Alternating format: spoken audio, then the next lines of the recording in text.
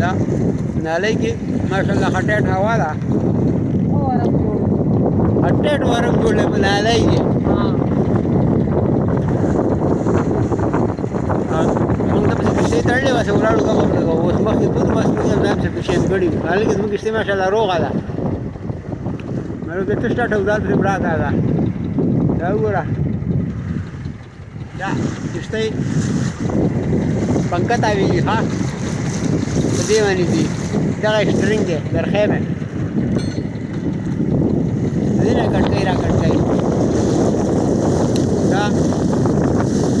نن هوا شلیږي سمندر کې ډېره سیوا توپان دی لکه څوک نه ځي دا کښتۍ ټولې ولاړ دي دا به سبا په 11 نه 12 پورې به هوا رکاو شي توپان بیا به دا وځي او زموږ دا دواړه کښتۍ به هم وځي لکه زموږ نن په دې نالۍ کې شپه ده کیکره خواله ځو داسې ټال کړه دا کښتۍ دا وګورئ دا ورم موږ ځان سره کار غاړې ځو